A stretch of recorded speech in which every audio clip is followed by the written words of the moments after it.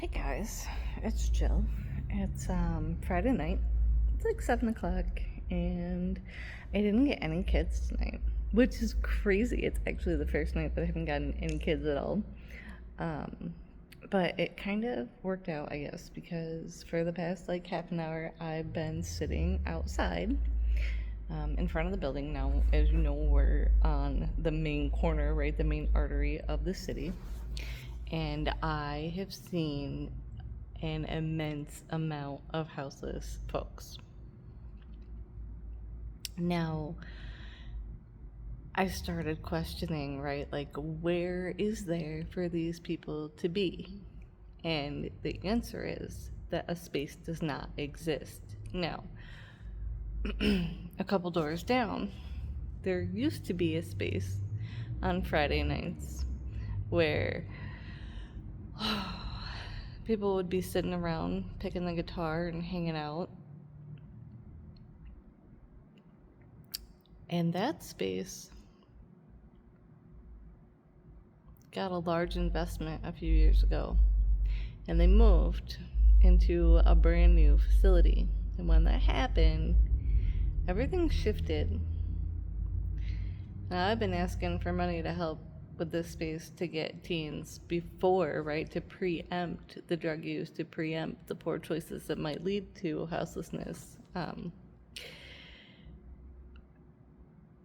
God hasn't answered that for me, and that's been very hard, especially because I've asked in a few places that I thought might understand humanity. But maybe, just maybe, there's a reason for that, right? Because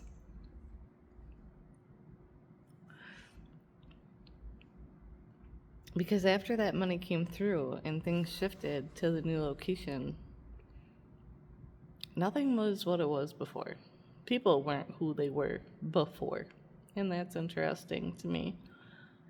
I just looked to make sure that I'm not a crazy person, and SRS not open late on Fridays, not open on the weekends, and the ride not open on the weekends and not open late. Chad not open on the weekends, not open late on Fridays. So those times when it's really nice out, like the Friday, Saturday, Sunday, when humans are humaning, no one is around. And that was confounding. The ambulance.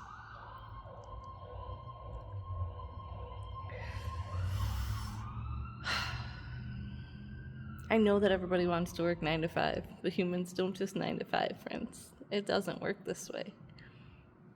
You know, school is great for childcare, right? And that's really what it's become because everybody's going to work, so kids gotta have a place to be, right? But learning is an all the time thing. Like every moment is a learning moment, is a teachable moment for kids.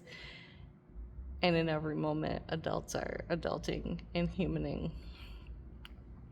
And a little while ago, I was thinking about a conversation that I had during a game on Wednesday night. I think it was Wednesday night. The kids and I were sitting around playing this game, and it's called Poetry for Neanderthals. So you have to only use one syllable words to try and describe what is on the card to the group, right? So you pick a card, and that's the poet, and they try to get the group to guess what is on the card only using one syllable words. And so the first word was dinner. And once the person guesses the first word, then you can use that to help them get what the 3-point word, which is the second word on the card. There's 2 words on the card. And the second word, I could not get. Like, I had no idea. We just couldn't get there. And so when the timer had run out, this child looked at me and said, dinner roll. And I was like, dinner roll? I never would have thought dinner roll. And they said to me, I was going to say weed. 15 years old, I was going to say weed. And I looked at them and I said, honestly, I probably would have gotten that. And that is cultural, right? It is the things that we show our kids are the things that they know. And it occurred to me that my kids have different dads.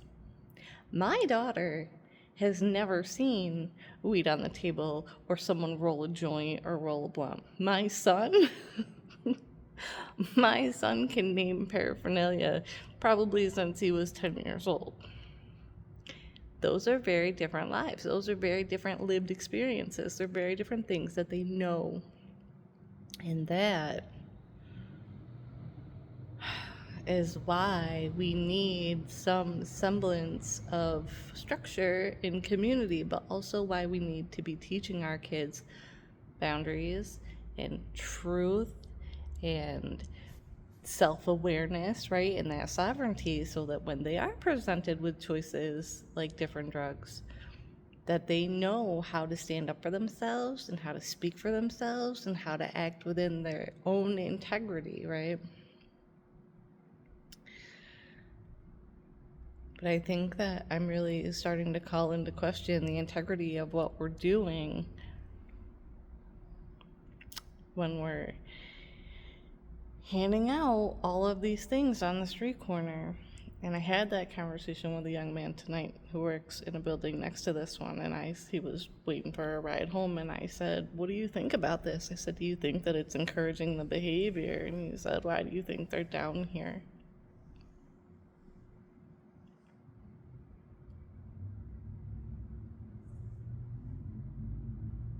We need spaces, guys, communal spaces, and it doesn't have to be about money. And it's not about the 9 to 5. People are peopling all day long. This is the second week in a row that I have been here, hours of the week that I have spent here reading, working on other projects. There's not kids here.